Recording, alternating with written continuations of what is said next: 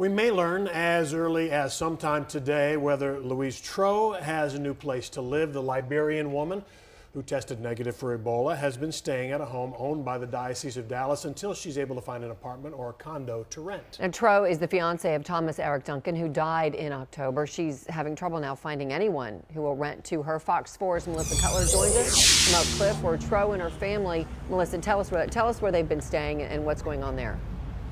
Well, Heather, we were hoping to find out late this afternoon, but some of the details still have to be worked out. What we do know is that the Diocese of Dallas has allowed Louise Tro and her family to stay here as long as they need to in a trying process that seems to have no end to her suffering.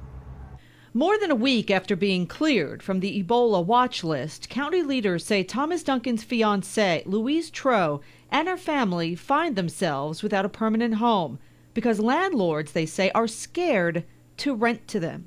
Her being from Africa, there was a concern that other people from Africa would come to visit her and that therefore they might have Ebola. Tro never had Ebola despite having close contact with Duncan. She and her family became the untouchables in early October. Hazmat crews sanitized and disinfected her former apartment, destroying much of what she owned. Once the family's 21-day quarantine in an Oak Cliff home was lifted, they were free to go, but remain there until they find a new place to live. There's no excuse why this family should not be able to rent or buy the house of their choosing. They're a good family. They pose no risk to the community.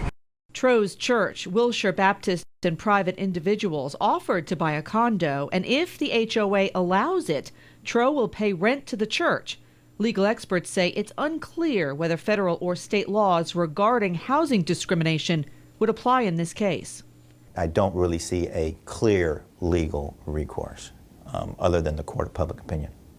But attorneys say if landlords are going to claim there's a public health risk, they need evidence to back it up.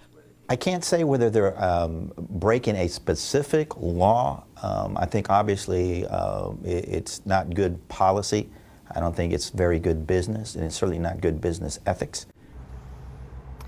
Now, the church and county leaders say that Tro can pay her own way, and ultimately, ideally, she would like to live near where her son goes to school. Steve? Okay, Melissa, sure like to know how that process actually plays out and some of the names of the apartment complexes that they've apparently gone to. Thank you.